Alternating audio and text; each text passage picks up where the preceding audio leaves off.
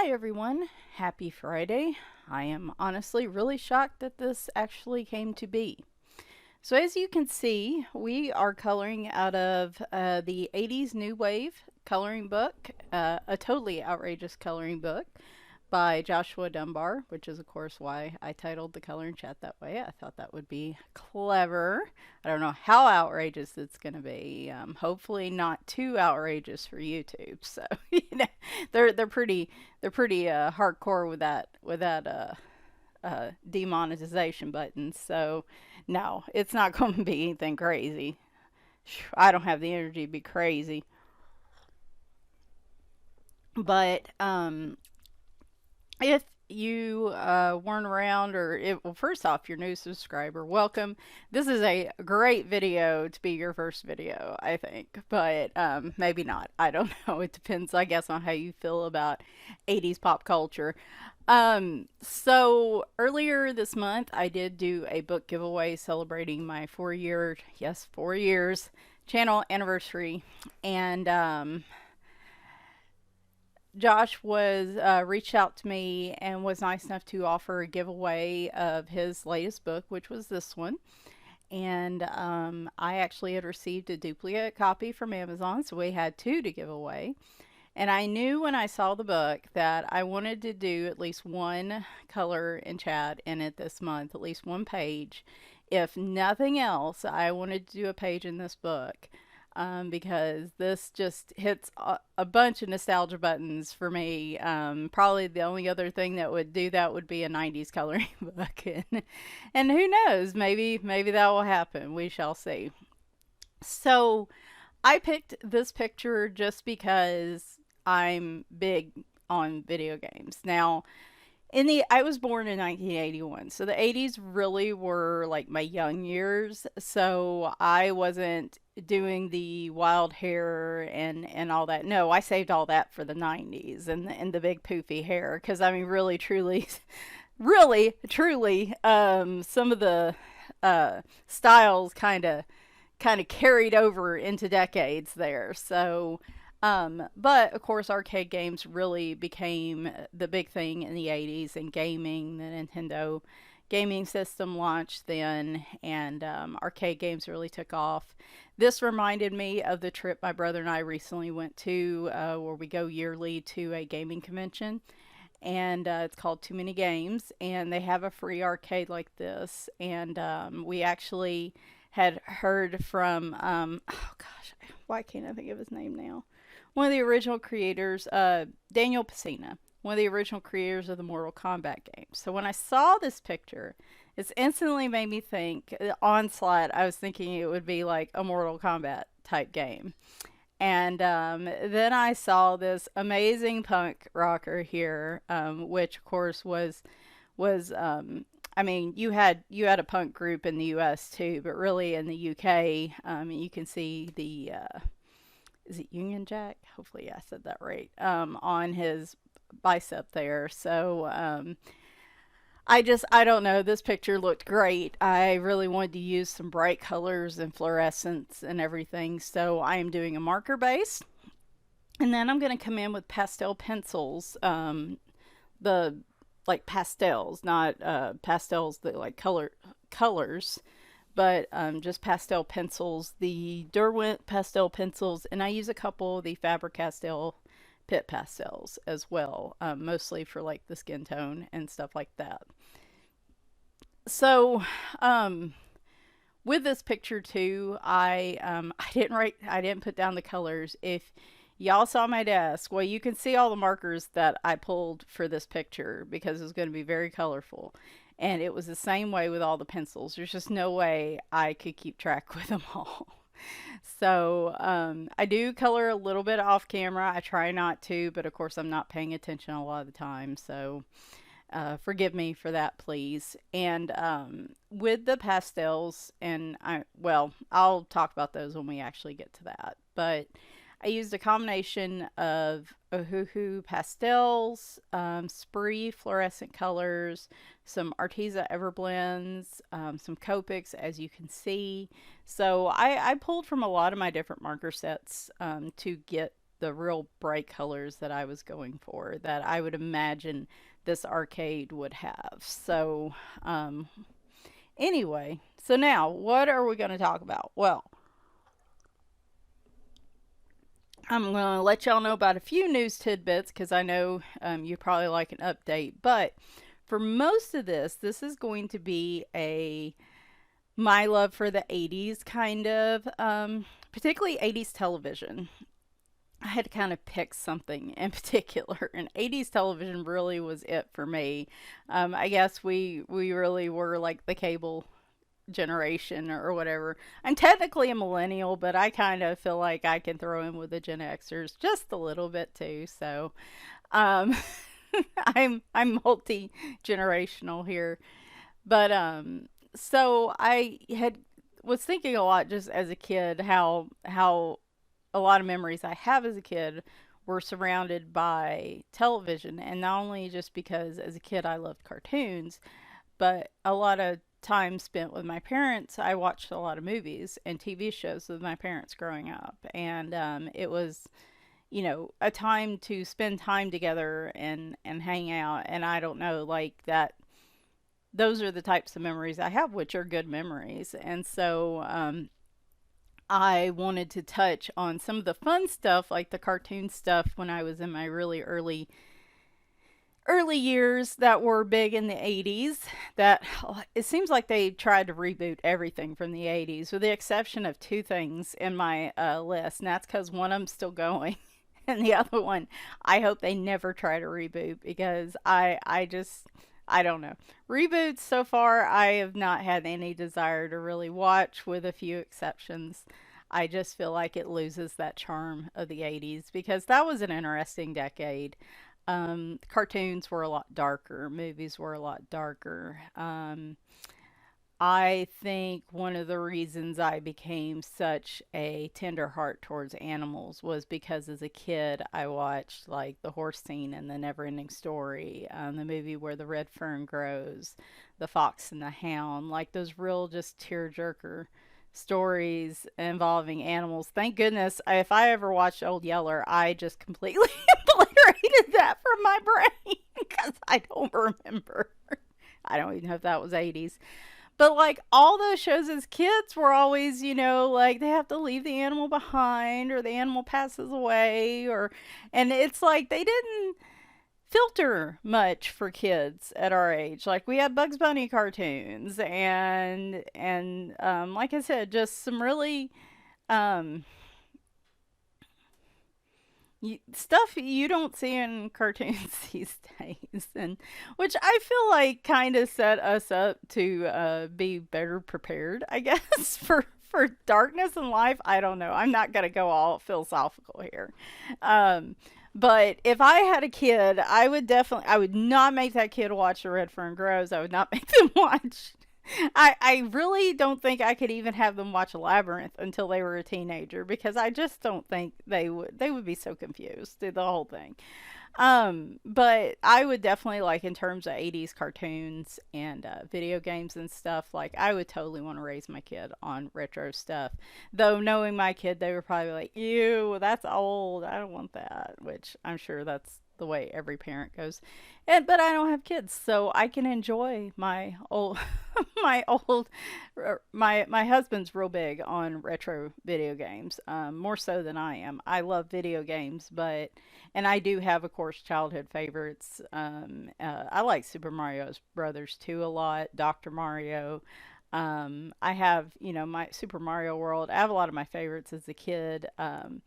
And he collects a lot of the retro video games, has quite a collection. And let me tell you, there's nothing that that's one of the few things that just really brings me comfort, is to load in one of those games. Like I used to play Double Dribble with my dad all the time when I was a kid. And of course, there was nothing cooler than beating your dad at a video game when you were a kid, right? Especially basketball, because my dad loves basketball. I grew up on big on sports because of my dad. And so whenever every once in a while I'll load like Double Dribble or Mario Paint or something that I played a lot as a kid, and it just hits all those buttons. It's so fun for me, but it's more of a novelty for me. I don't actually plan to play through the games usually, or my husband's particularly interested in speedrunning older retro games, and so he watches a lot of Twitch players that do that. There is there's a event called Games Done Quick that's done twice a year. Actually, it starts the weekend after Too Many Games because we are usually watching it while we're at the hotel, where they speed run through a lot of different games and stuff, even newer games. It's not just retro. So anyway, so that again, just this picture really spoke to me in that regard. Now, I didn't have a punk phase as a kid, but I absolutely love the look. Like my parents might have booted me out of the house.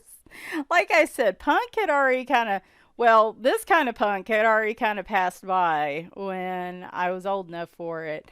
Our punk was more like Alien Ant Farm and like I guess Nirvana would kind of count and all them like I guess a little more like the long blue jeans that hung all the way to the floor and were like really big in the legs and stuff like the punk had taken on a different look in the late 90s. So we didn't have the mohawks, though I did put blue highlights in my hair. So I really, let me tell you, the green's tempting. The green is very tempting.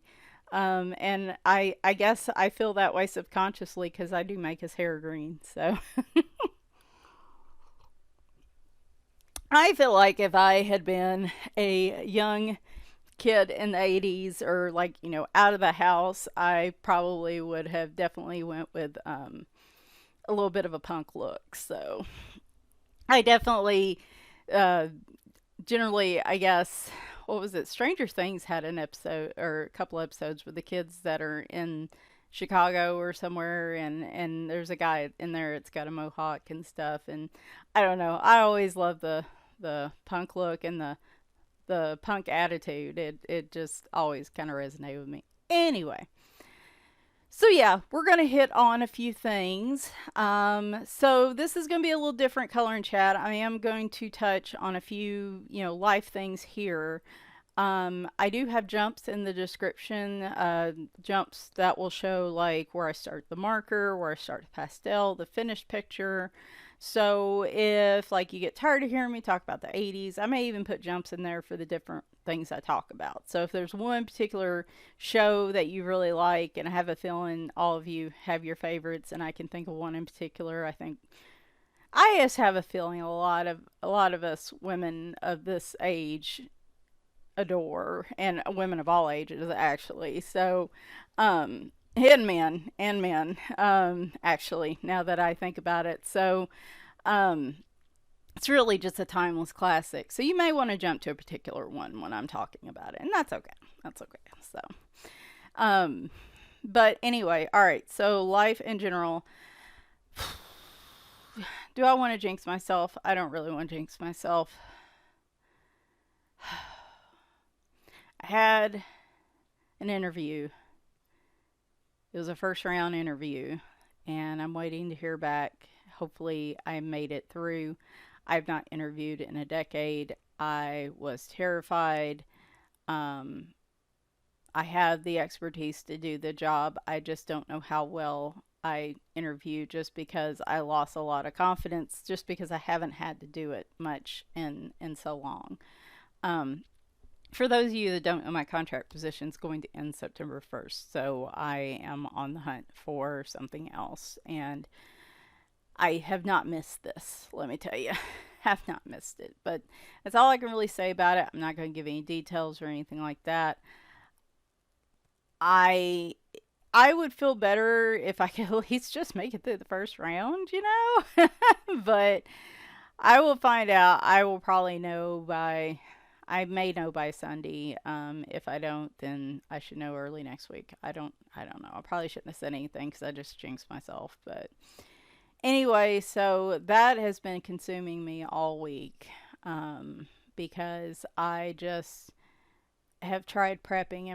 It's a very intimidating type of interview experience. So, without, like I said, I'm not giving anything away here about who it's with or anything like that. And if you guess, I'm not going to tell you. So, um, but anyway, so there was that. Scamper is hanging in there. She was doing better over the weekend. Sorry for the pause in the video. I don't know what is going on here. Did I just... Okay, this is... Hang on a second. Okay, yeah, it was a little bit of a gap. I don't know. I may have just left it recording, got up, and was wandering around, not paying any attention. So, but yes, that is going on right now. That is highly stressful. It is sapping really any desire I have to color. I had started on this last week and then was able to finish it up over the last few days. So unfortunately, I'm glad I did that because I just don't know if I would have had it in me to color. This is going to be a very low volume month for me in terms of completed pages on Sunday. I'm just going to go ahead and tell y'all. It's just so much has been happening this month, and when my mood gets down and I don't want to color unless I'm coloring for to pass the time, like for anxiety. Like I just can't think of anything else I want to do. And so to do something creative like this, like picking my own colors, and this was an endeavor because I spent, I mean, so it was like an hour and a half for the marker, at least an hour and a half for the pastel. But then I probably spent a couple hours just picking out colors and pulling the markers and the pencils and stuff. So this took a lot of planning. This was a project picture for me, even if it was just marker and pencils. It really, I just wanted to get it right. You know, I wanted to get the feeling that I had when I looked at this picture. I don't know. This was one of those, I wanted to get it right. And I seriously thought about just leaving it at marker and it would have looked awesome. But, I really wanted to, I hadn't used my pastel pencils in a while, so I really wanted to be able to use those. So, anyway, Scamper is, she's, I don't know. I don't understand it. Like, over the weekend, she did a little better, and I figured that was because of the steroid. Then, like, Tuesday and Wednesday, she just even stopped eating her dry food and was driving me crazy because I'm sitting here stressed out over prepping for this interview. And she's like, nope, I'm just not eating at all. Sorry. You know, like, even tuna and chicken wouldn't entice her.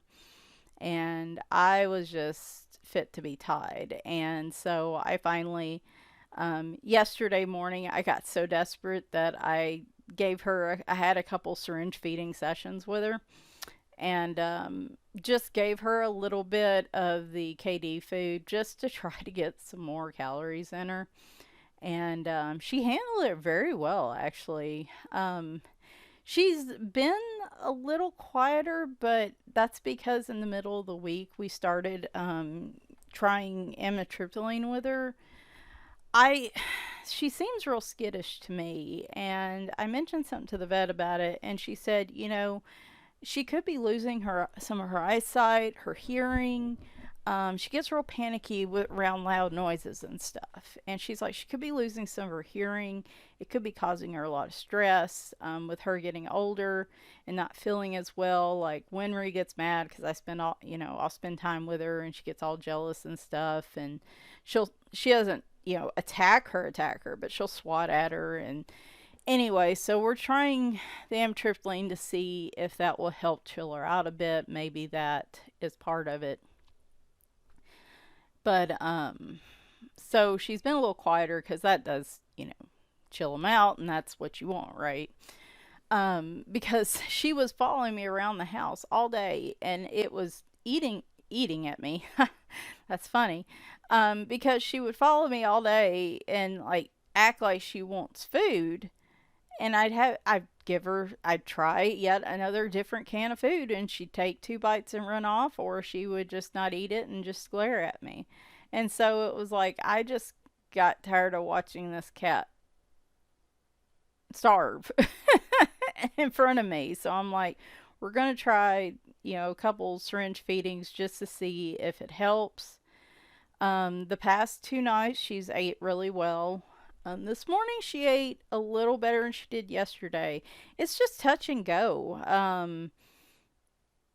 Since we started the amitriptyline and some of the other stuff, she does seem a little bit better at night. And when I did the food with her yesterday, she did seem like she finally started eating dry food again in the afternoon. So I'm not going to do it unless I absolutely think she needs it. But like, I only did 1 or 2 syringes with her yesterday, and then I saw her eating, so I didn't do it. But so still not sure what's wrong. Still not, I'm gonna weigh her again today. She had gained, I don't know what she weighed before I weighed her on Monday. Wednesday she gained a few ounces. It honestly wouldn't surprise me if she lost the 2 ounces today. But as long as she hasn't, lost more than that, we're just gonna keep doing what we're doing. God, don't I just love his hair? I just love his hair. That bright green.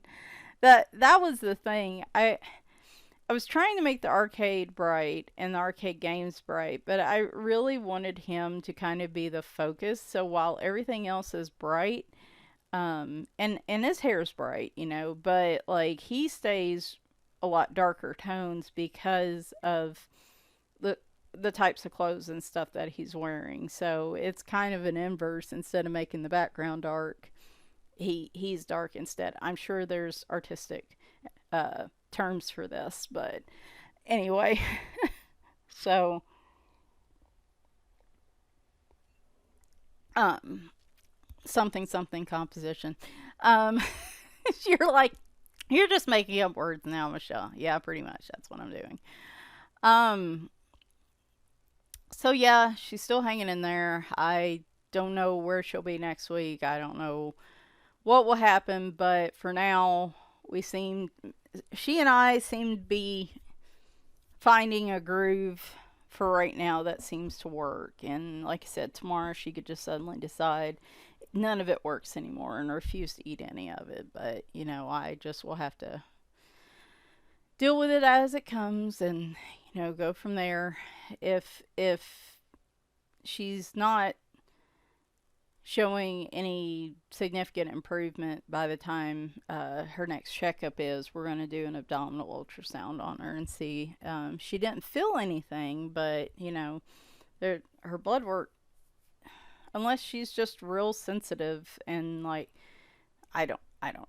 But anyway, so just, it's been a lot. This has been a real heavy week for me, and like I said, I was supposed to start. I had a few more buddy colors. I was supposed to be starting with Tammy. I had a buddy color. I was going to start with Ren.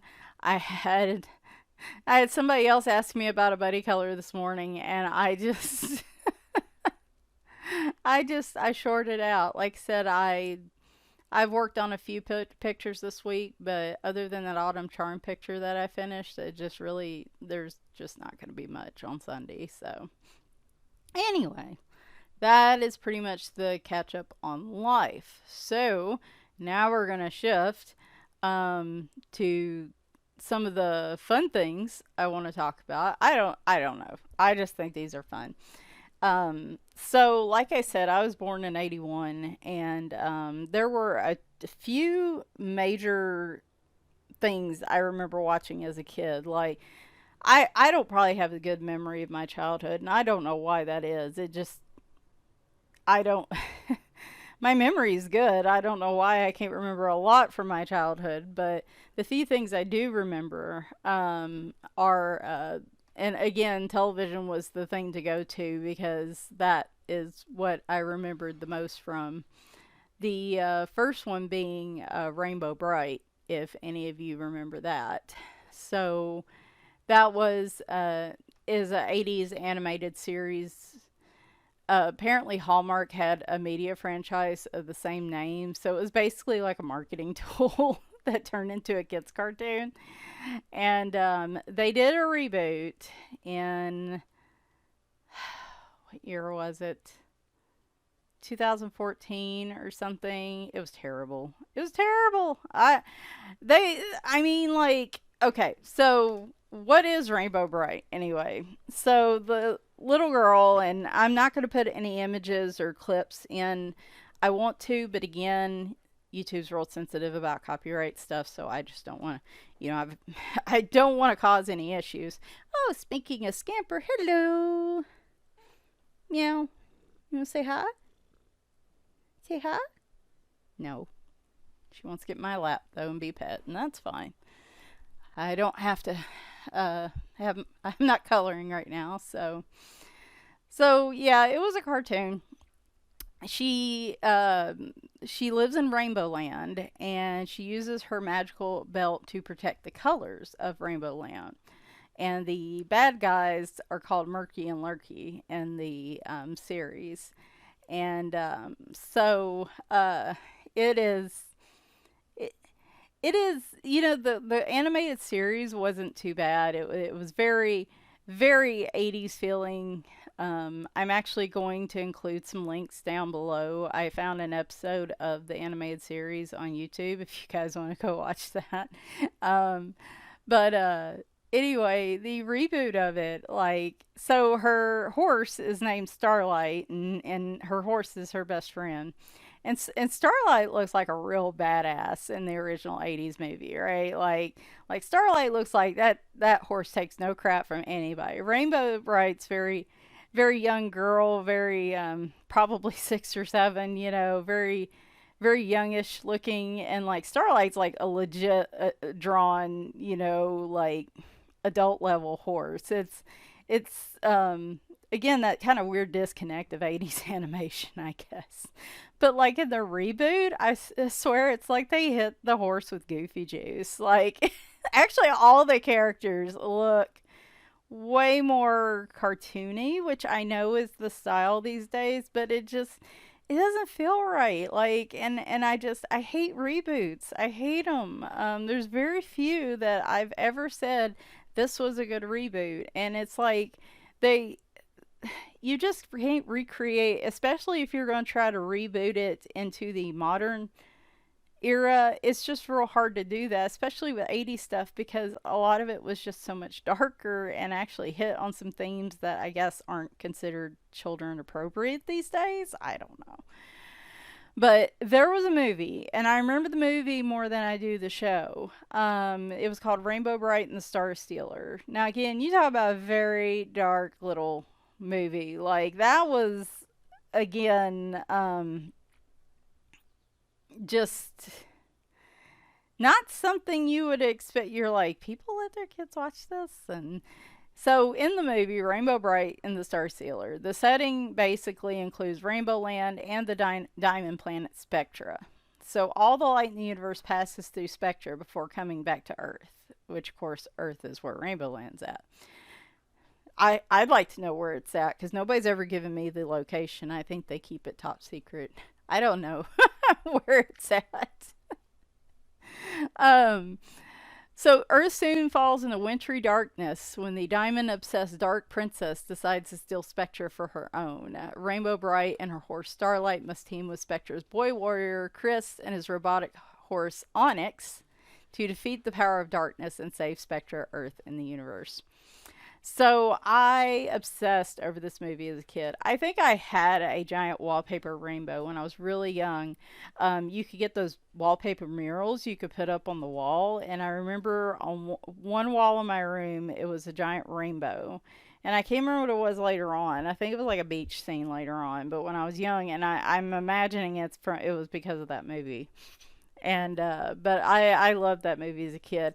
My husband and I tried watching it again a few years ago, and we're like, what the some things just don't stand the test of time, and it makes me sad to say that, but I guess what I enjoyed as a 5-6 year old compared to what I enjoy as a 40-year old are vastly different things. So again, I'll have an episode down, link to an episode down below if you want to go check that out. But I don't know. It's funny when I look back on this stuff. I wonder, sometimes you wonder what influenced you to be who you are as a person. And so, like,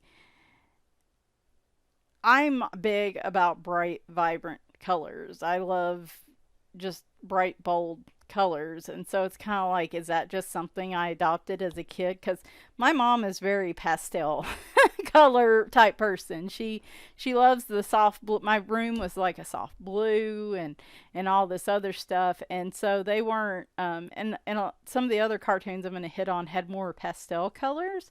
But like that was never my thing. I always wanted real bright colors. Like when I moved out on my own, I really wanted some bright, bold colors, and still do to this day. So you're kind of like, is that from when I was a kid? I mean, who knows, really, right?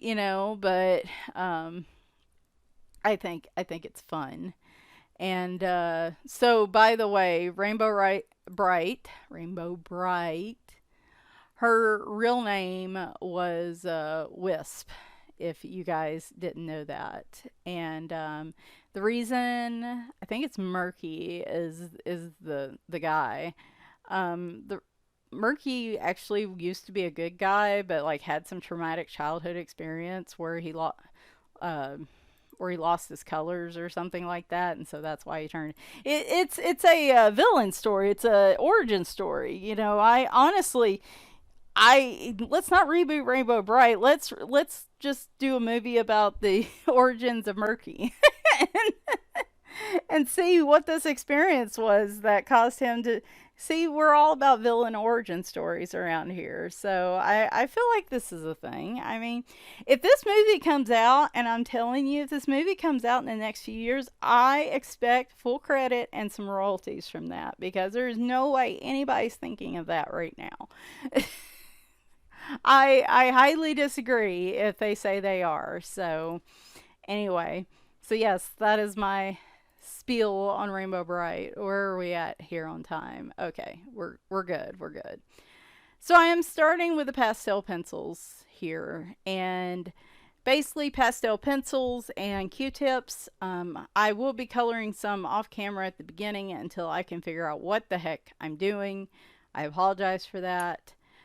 So my approach with the pastel pencils was, other than him and going with like a dark black shadow on a lot and dark blue shadows on a lot of his clothes, I wanted most of the shading to be subtle except on the grays and blacks, because when you're in an arcade, and most of these video game arcade games are real lit up and real bright, and there's deep shadows like where the gray is around the screen and stuff, because of course you got the bright screen, and then immediately around it it's going to be dark. So I really wanted to emphasize the grays and the blacks in this.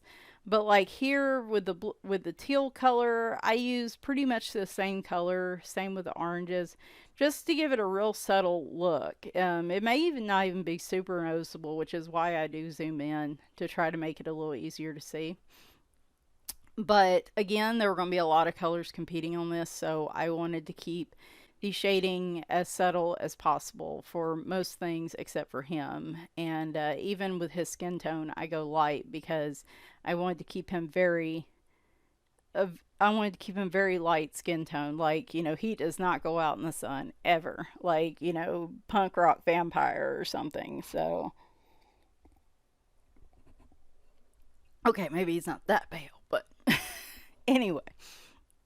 So, on to my next. So I guess I would say this turned into a what impacted me as a child that I feel like carried with me to an adult. So I guess that's where my love of bright colors maybe started. My love of music and singing came from what 80s cartoon was all about music. Do you know? You get a virtual cookie. It's Jim. Yes, I love Jim. I dressed up as Jim for Halloween at least 1 year. I think it was two, to be quite honest. I had that horrible plastic mask that all those 80s costumes had. And boy, I wish I had thought to look for that Halloween picture because I would so put that up right now. If you don't see it, I wasn't able to find it, but I may go see if I can find it and stick it in here. But anyway, I mean, you can't see anything. I'm in a mask, but anyway. So Jim, that is 80s. 80s in a nutshell. If you just want a feeling of what like 80s music, it was a very adult show for adult looking show for a cartoon, like for a kids cartoon. Because like it almost looks more like an adult level cartoon you would see these days, but like it was marketed to kids. And the series revolves around Jerica Benton, the owner and manager of Starlight Music, and her alter ego Jim, lead singer of the rock group The Holograms. She adopts the persona of Jim with the help of a holographic computer known as Synergy, which was built by her father, to be the ultimate audiovisual entertainment synthesizer and is bequeathed to her after his death. She's able to command Synergy to project the hologram of Jim over herself by means of the remote microprojectors in her earrings, thus disguising her features and clothing. She also can project holograms around her, uses this ability to avoid throughout the series to avoid danger, and provide special effects for the group. They had two rival bands, the Misfits and the Stingers, excuse me. So basically, the whole time she's trying to keep her identity separate. She's trying to protect Synergy from the baddies. They actually have Starlight Girls, which are 12 foster children who live with them, which again is like a cartoon that seriously focuses on, like the foster children system and stuff, which again sounds like the 80s, just not something you would see much these days. But it was the number one Nielsen rated cartoon series in 1986. And in 1987, it was the third most watched children's program in syndication with 2.5 million viewers weekly. So what was cool about it is they had, the theme song, but then they also had to do three fully produced songs for the featured music videos in each episode. So this really had like a musical undertaking to it. And Christy Marks, if that name sounds familiar, was one of the people that was originally what am I trying to say here? Brought on to write for the series, which is really interesting because she's done work with Teenage Mutant Ninja Turtles. G.I. Joe was really what she was known for at the time. She also does writing and designing video games. So something called Conquest of Camelot in 1990, Hidden Chronicles during her time with Zynga. Is it Zynga? Is that how you pronounce it? I can't remember. Anyway, Chrissy Marks is very active on social media, so I might see if I can look for her social media info. But anyway, so they did a Gem remake, the movie, in 2017. Oh, it was terrible. It's terrible. Like I can tell you right now, I didn't watch it. I didn't watch it. Had no desire to watch it. Knew it was just going to be bad, and it was as bad as what I figured. So, a few fun facts about Jim. Apparently, it did so well that Barbie wanted to get involved. So they did a series of dolls called Barbie and the Rockers.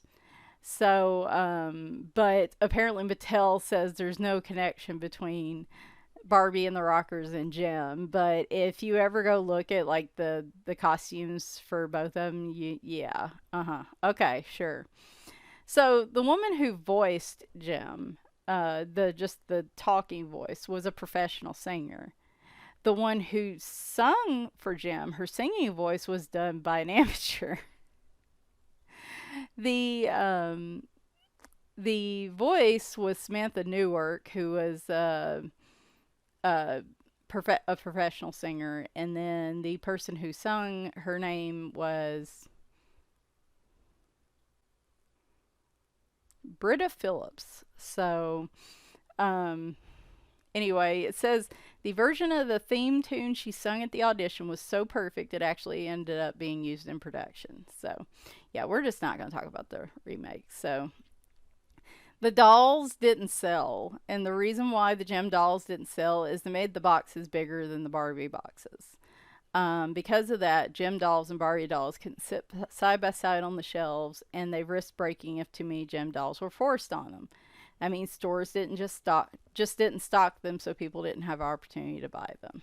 So, let's see. Actually, tackled like some heavy type issues.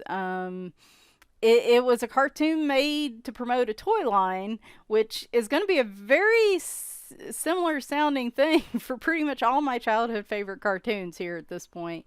Because they were all like that, I guess, and again in the 80s. So, but they had episodes centered around death, homelessness, and even drug abuse. So, yeah, that was pretty heavy stuff for the 80s. So, anyway, so yeah, there was Gem. The other big thing cartoon that I had that I really enjoyed was My Little Pony. Now, My Little Pony has definitely, that is the one reboot that seems to have really like became popular. I don't watch it, but I know a lot of people do. I had the castle, or oh gosh, what is it called? See, I had all these fancy tabs open, so I could talk about these. Paradise Estate. So I didn't have a Barbie house as a kid. I had the Paradise Estate, which is these four little square rooms that all fit together at one point. Of course, lost all the pieces as a kid. It had like fancy gate. It had a swimming pool. It was very fancy. That was my Barbie house. During my childhood years. I never got the one with like the elevator and stuff. So that became Barbie didn't have a house. Barbie had a mansion. So that she shared with ponies. And so yeah, My Little Pony, I'm sure even the younger group is familiar with that just because the reboots of that have been so successful. It started in 1986 and it was based on the My Little Pony toys released by Hasbro. Ponyland is a mystical land home to all kinds of magical creatures. The little ponies make their home in Paradise Estate, living a peaceful life filled with song and games. However, not all the creatures of Ponyland are so peaceful, and the ponies often find themselves having to fight to survive against witches, trolls, goblins, and other beasts. What's interesting to me is when I was looking at this, I saw Nancy Cartwright's name as one of the voice actors for some of the characters. And that name is going to sound familiar on the next thing I talk about, if you're not familiar with Nancy Cartwright. So, but anyway, I'll have a link to an episode I remember watching on YouTube from the animated series. Of course, they also had a movie as well. Seemed to all have a very similar theme back then. I actually have the link to the movie too. I might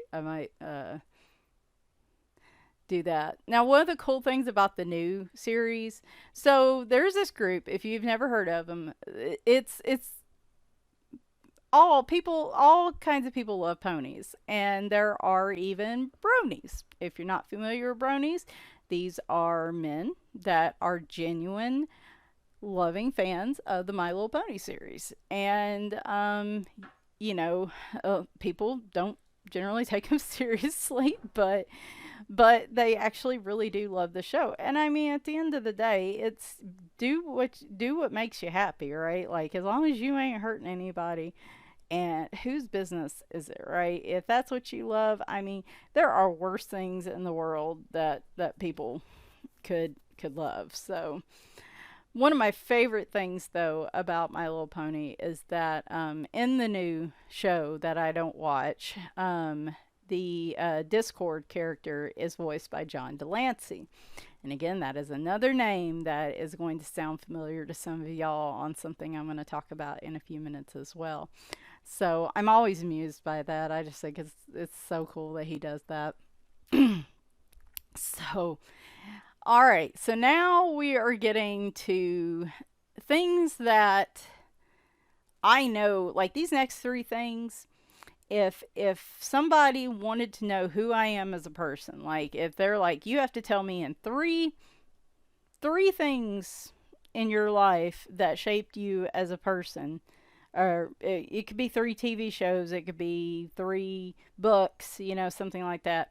If somebody was like you, if there were three TV shows that shaped you as a person and would tell me who you are as a person right now, what would they be? And these next three things are it. Like these were just monumental to my childhood and really hit like scratch that nostalgia itch for me now. So the first one is The Simpsons. Which again, everybody should be familiar with. That's something I don't really have to explain at this point, except that when it first started out, it was a series of shorts on the Tracy Ullman Show, which I didn't really watch as a kid, but I noticed, I guess one day flipping through, I noticed there was an animated cartoon. And so I kept looking for those, and then it premiered in 1987. And then eventually it actually turned into The Simpsons, and I have been a fan ever since. It's funny because it started out supposed to be like the average American family, and I always find it interesting that when you look at them now, you're like, they own this two-story home, they have three kids, the husband's the only one that works. Um, that's very unusual these days. It's almost like they're now what started out as they were supposed to be an average family, and that's not so average anymore. So that I don't know what that says about us as a society, and I'm not going to try to drag this down by ranting and raving about it. Here's where I'm coloring a lot off camera. I'm sorry. Um. So it says 728 episodes of the show have been broadcast. It is the longest running American animated series, longest running American sitcom, and the longest running American scripted primetime television series, both in terms of seasons and numbers of episodes. It was funny, during the initial shorts, they submitted only basic sketches to the animators. They assumed the figures would be cleaned up in production. However, the animators just retraced the drawings, which made the characters look really crude. You ever see the shorts, you're like, how? They look so vastly different than what ultimately ends up being the animation style of the show. But the reason why this I guess lines up for me is just the humor. The comedy was a big part of my childhood. Now my parents didn't watch The Simpsons. They didn't, they didn't. My parents were very laid back with me as a kid, and I feel like that was okay. I'm not going to sit here and tell anybody how to raise their kids, because I am not a parent, and even if I was a parent, I'm not going to tell anybody that. But like, one of the things I feel like my parents did right for me as a person, and what helped me grow, was, let me watch things like The Simpsons and some of the other stuff I'm going to talk about, even though I, was still pretty young. And the fun thing is, as I've gotten older, I watch these shows over and over again, and it's like things I didn't get as a kid, I'll pick up as an adult, and things that might have been over my head as a kid. So they're really kind of timeless for me.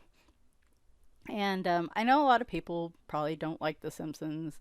It was a real big controversy back in the 90s because Bart was the underachieving kid that always got the troublemaker. Like, they had issues with him, but they didn't have issues with Dennis the Menace, so I don't quite get that. But, he's like Dennis the Menace on steroids. Not wholesome at all in any way, shape, or form, but just, oh my gosh. I even started watching them again. I will go through the series and I will watch every episode. And then I will go a year or 6 months or whatever, and I'll just start watching them again. I like running them in the background when I'm doing tasks at work that I want to listen to something in the background, but I don't need anything that's going to distract me. Um, it it's such a comfort. Like the show is such a comfort for me, and it's just, I mean, I can't remember things I did as a kid, but I remember the monorail song. I remember the feels like I'm wearing nothing at all. I remember like I remember a lot of things, and I'm blanking out now because I've thrown so much information in my brain. But like it really is. It's such a nostalgic love of mine, and the humor in it. I am big on humor. I'm big on comedy. It is one of the things that I'm drawn to when I'm stressed, when I'm down, is the nostalgic comedy series that I loved as a kid. And I loved being able to make my dad laugh. To make my dad laugh and to make my mom laugh was like a whole nother level up. But to make my dad laugh, like, because my dad loved comedies too. I mean, we watched a lot of action movies growing up, but we also watched a lot of comedies. And my dad was very snappy on comebacks. And so as a kid, if you could come up with a good one liner to set dad off laughing, then you have arrived. That's how, like for me and my brother, it was that way. And so comedy was a big part of, us growing up and stuff. And so while The Simpsons wasn't my parents' level of comedy, a lot of the cultural influence of it, I guess, just carried over to me. Like, I guess the smart assiness of it, um, the sarcasm in the show, the poking fun at at at current life in general, and just the satirical nature of the show is pretty much me. I'm sarcasm in a bottle. So I love the show. It's even as an adult, I love it. So gotta get going because these last two are biggies, y'all. And so this next one, I mentioned John Delan. Oh, Nancy Cartwright, by the way, is one who does the voice of Bart. So that is what I found interesting about that. And where to go? Where to go? Where to go? Where to go? I have so many tabs open. This is crazy. I must have. Well, that's a shame. No, here we go. All right, few fun facts about The Simpsons. Um, Homer at the Bat was the first episode to defeat The Cosby Show in its original airing. Conan O'Brien was a writer on the show, by the way. First day, as part of the writing staff, a bird flew through the window and killed itself. In the Spanish version, Homer says ouch instead of dough. Homer's email, chunkylove53 at AOL.com, is genuinely registered, and users will get an automated response from him when they try to contact it. Is AOL still a thing? I wonder if that still works. Huh. Um, let's see. Matt Groening is the voice behind Maggie's pacifier sucking sound. Michael Jackson co-wrote Do the Bartman. So it only took Danny Elfman 2 days to compose this show's theme song. If you string together all the McBain clips, they actually make somewhat of a coherent movie. And finally, Kang and Kodos are named after characters from Star Trek, the original series.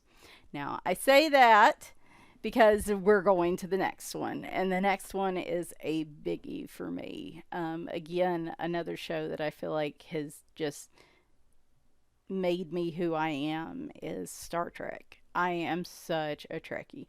My husband's a Star Wars. My husband loves Star Trek too, but he is primarily a Star Wars fan, and I am primarily a Trekkie.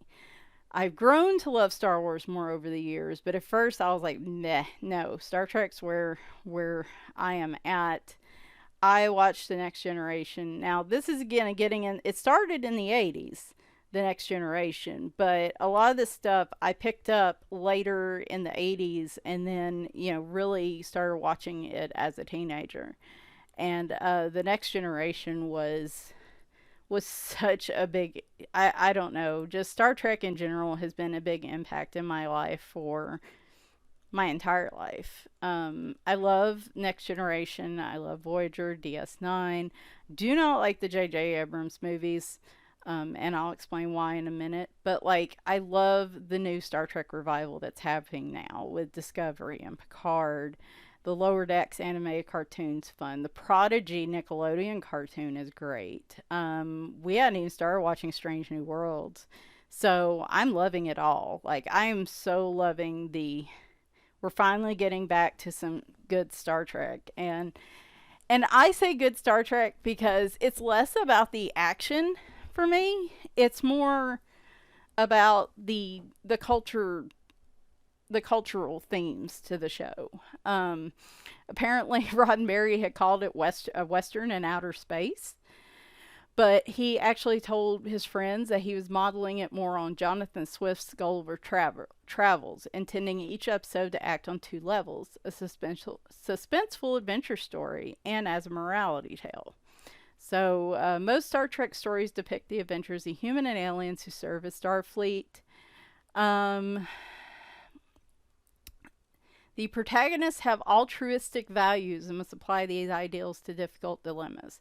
So it was a lot of the conflicts and the episodes touched on so many contemporary issues that they translated into, into the future issues that people run into.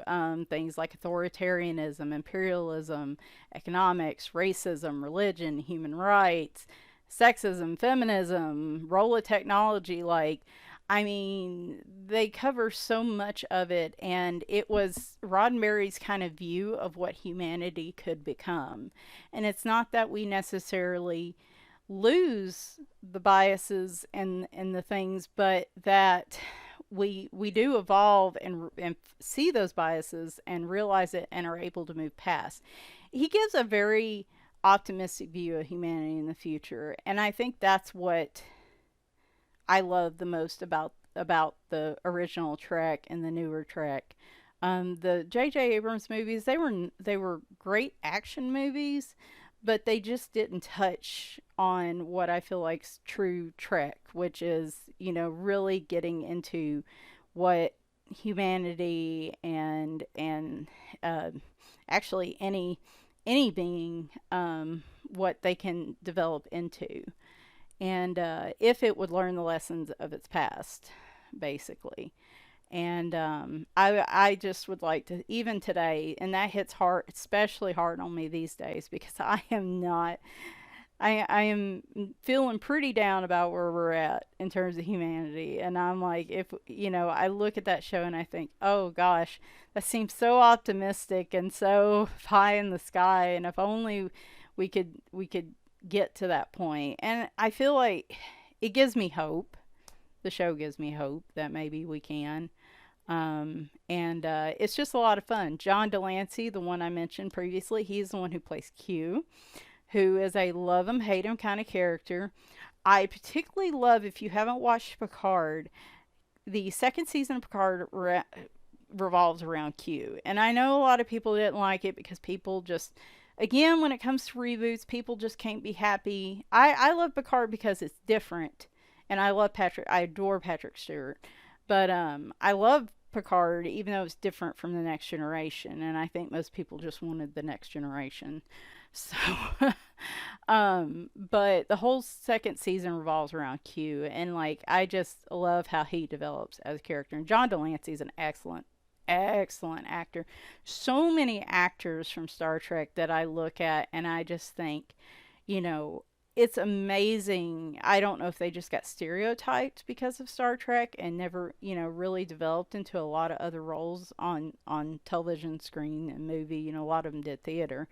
But they're just amazing actors, and the stories are amazing. I mean, they're not all like, man, those first couple seasons of Star Trek Next Generation, and we don't even talk about the original series, but first few seasons of Next Generation took a while to find that footing.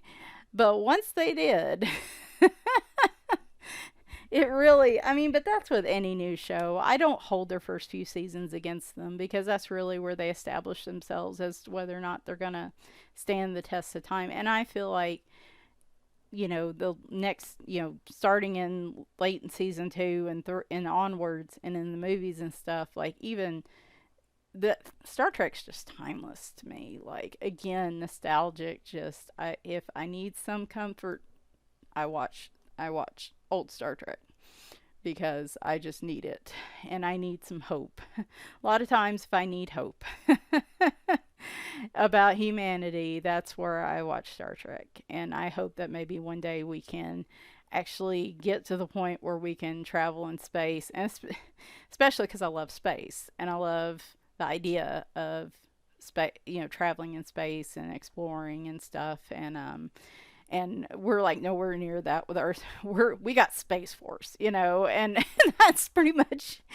And so, like I said, if we don't manage to blow ourselves up beforehand, maybe one day we can get to that point. Even if we're still here on the planet, maybe at least as a culture we can kind of get to that point. So I don't know. The Orville's a really good, by the way, version. Seth MacFarlane does a great job. The first season's a little kind of Seth MacFarlane-y, kind of goofy. But again, it takes a while to hit its stride. But the Orville is a great, I feel like, kind of spin-off of Star Trek. And when they weren't doing Star Trek there for a while, or they were doing it just action based and not really focusing on the characters and their relationships and the like political and social dilemmas that they had in the episodes. The Orville really stands out because that it picks up that type of episodic format and that type of show formula, and I feel like it pays a lot of like that gave me a little bit of a Star Trek fix when right before we started getting Discovery and stuff. And Discovery is different in itself too. Even Star Trek now, I'm not saying is the same as old Trek. I like it in its own regard, but I mean it still doesn't hit the same feels as the old Trek. But I think a lot of people would agree with me. I do have some Star Trek coloring books. I like looking at them and I'm going to color in them, but it's just one of those things. If I'm going to color, I got to get it right. I got to get the color matches exactly because it will bug the fire out of me if I don't. So I think it's part of the reason I haven't colored in them yet. You can watch all the Star Trek stuff on that Paramount Plus. Because I love Star Trek so much, it's worth it to me to do that.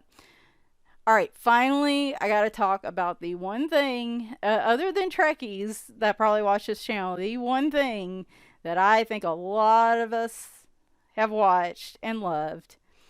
And it's going to surprise y'all because I loved this as a teenager and probably preteen. And that is the Golden Girls. The biggest thing about the Golden Girls for me I have a lot of wonderful memories of watching it with my mom. So, because it would always come on at night on Lifetime. And so we'd watch the news. They'd start watching an episode of something and Dad would fall asleep.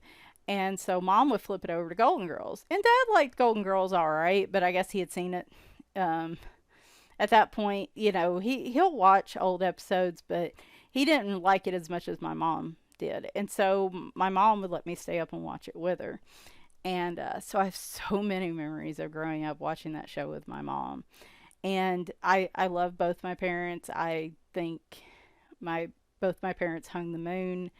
My dad's more, I guess I was more of a tomboy growing up, probably more of a daddy's girl. But, looking back on it, I think my relationship with my mom wasn't as obvious, but it didn't mean it was any less deep of a connection. Like, I feel like a lot of who I am as a person in terms of being exposed to I'm trying to think of a way to say this so I don't offend anybody. My dad, like people of his generation, my dad can be a bit closed-minded on a few things, and it's tough. It's tough to have conversations with him. I cannot talk. They're a lot better politics wise than the rest of my family, so there are a lot of things that we agree on, and we used to talk a lot when I was a kid about this stuff, and it was fine. But I guess as you get older and adult, you get set in your ways. But like my parents, fortunately, are more they are true moderates, and I'm grateful for that. But there's a lot of things that I can't talk to my dad about. But my mom, like, not necessarily, saying, going against my dad and saying, no, no, this is how I feel. My mom kind of opened the world to me. Okay, hang on before I continue, because we have stopped and we are done with this picture, and it turned out so good. I was looking, I had another screen pulled up, and I'm like, wait, we're done with our picture. So yeah, like I said, the pastel is really, I'm cleaning up as this is showing. The pastel is really subtle, and a lot of this just begin because with the brightness of the video arcade, I can't think of what the not booths, whatever they're called, consoles, what have you. Anyway, they're not consoles, whatever. They're real bright, and if you haven't seen one in years, they just, and that type of arcade would be super bright, and there'd be bright colors all in the background and bright lights and stuff, so there wouldn't be a ton of shadow. So really, I wanted to put those deep shadows on him because he's got that real punk look about him, with the black and the lime green hair, and just the bold colors here. So I really wanted to emphasize him in this. So that's why I went fairly light on the shading, and just enough for a hint of it, as you can see. So I'm super pleased with this picture. This turned out so nice. This is so fun. I again look at this, and this just makes me smile. It's absolute. I couldn't be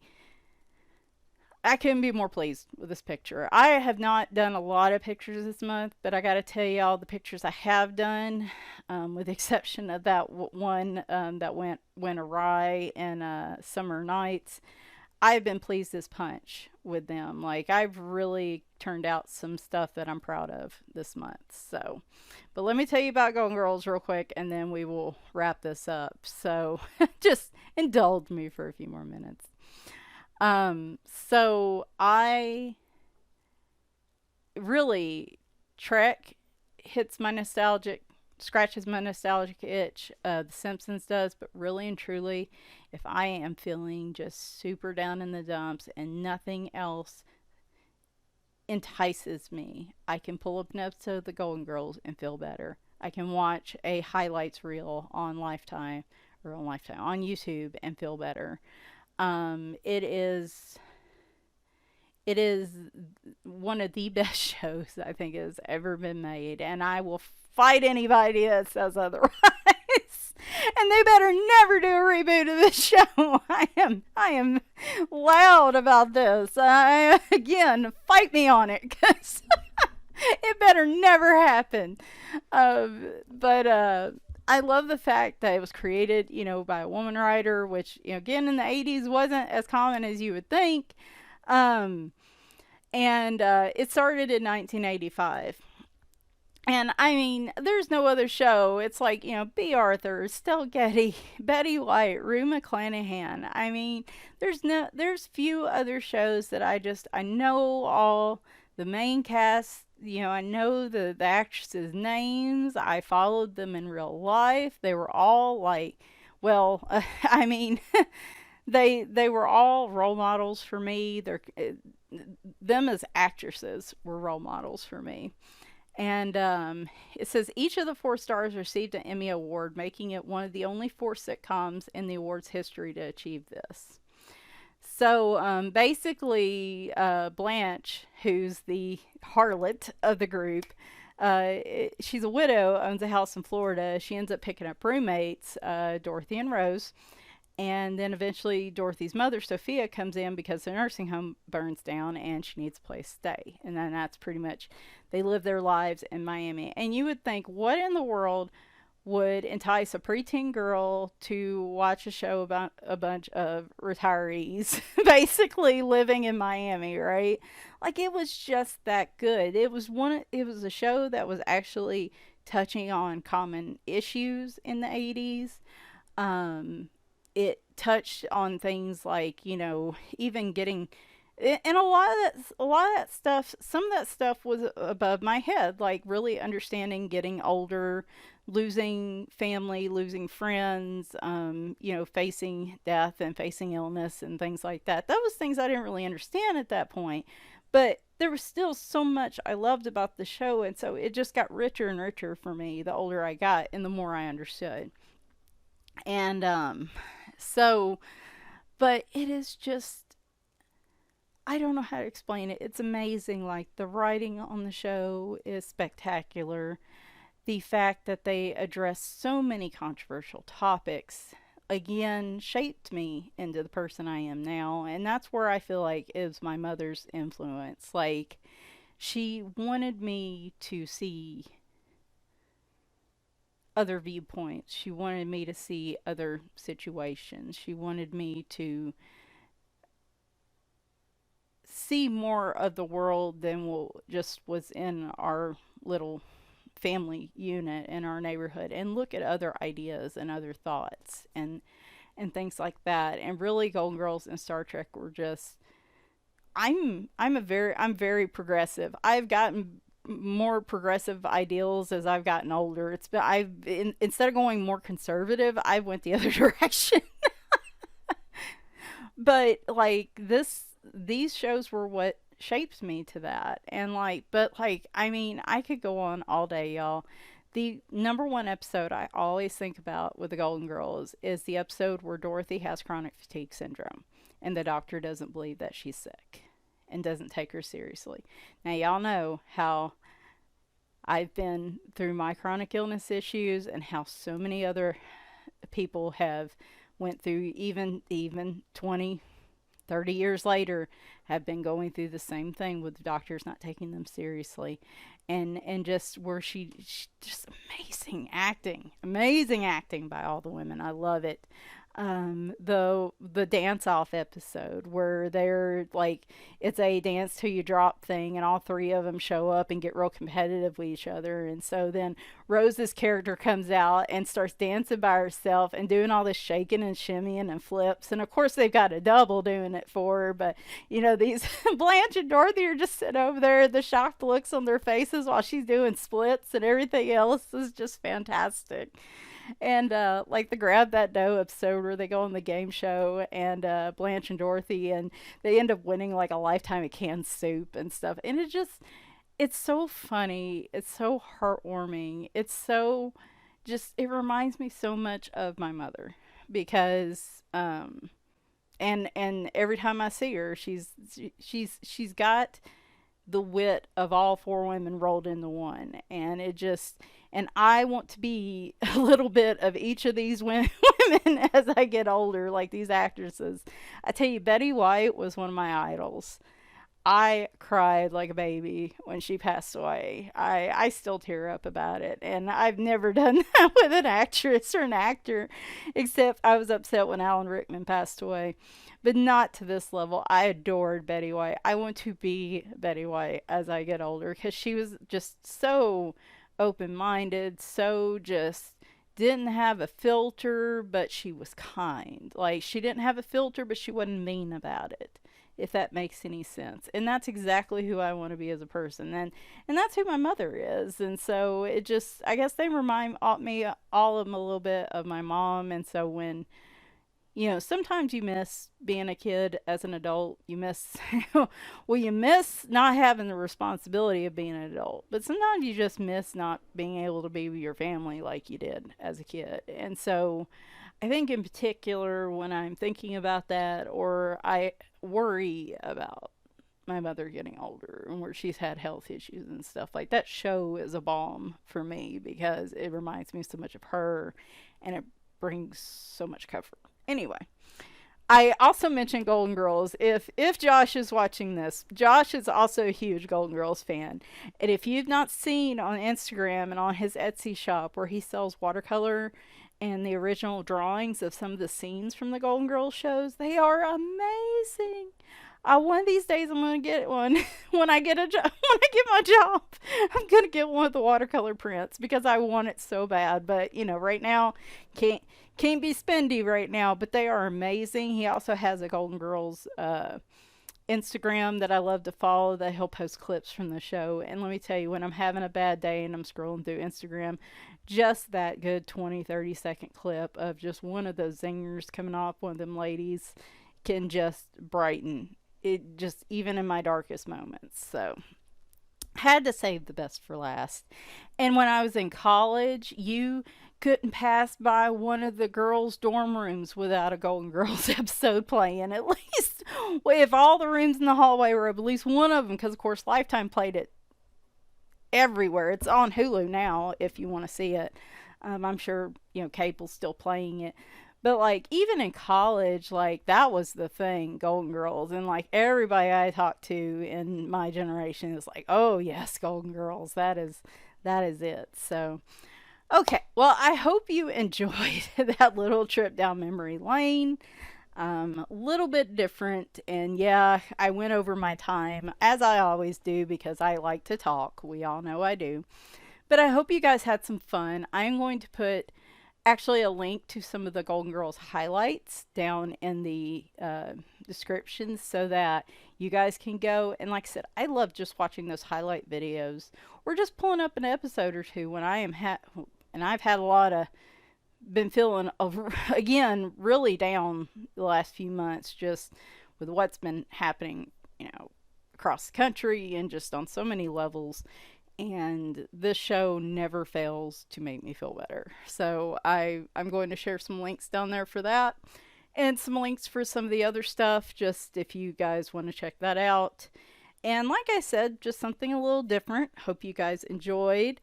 I wanted to make this an upbeat video again because this is such a fun picture. I didn't want to be regular Michelle Doomsday. Here are the chronicles of my life. We will save that for the next color and chat. And I hope you enjoyed it. I hope you enjoyed seeing the picture. I like I said, this was a perfect picture to go with, and it just I've been feeling real nostalgic lately, and this has just been hitting all my buttons. So I will be back Sunday with my completed pages video. Tuesday will be the kickoff for the color alongs in August, and then we're going to do the showcasing for July. And then probably the next Friday, I finally, if you didn't see it in my community post, I got all my coloring books sorted finally. And so I think next Friday we're going to start the coloring book collections, and those will probably be on Fridays unless I have to switch things around. Then over the weekend will probably be some sort of demo, I'm hoping. So, but anyway, thanks guys for watching, and bye for now.